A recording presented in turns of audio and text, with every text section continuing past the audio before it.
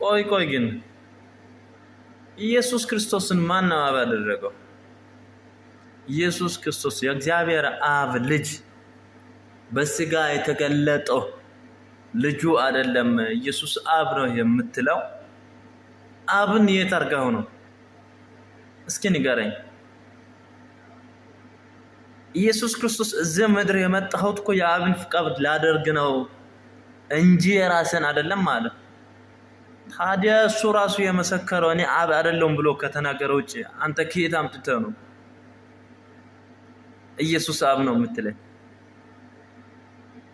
እስኪ መልስ ካለ መልስልኝና እናውራ። የቱ ጋር ነው ኢየሱስ እኔ አብ ነኝ ያለበት ቦታ?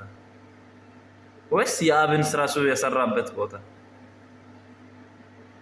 መልሱን እጠብቃለሁ ኮሜንት ላይ ወይ ቪዲዮ ከቻልክ ሰርተህ እስኪ ኢየሱስ አብ ነኝ ያለበት ቦታ አሳየኝ።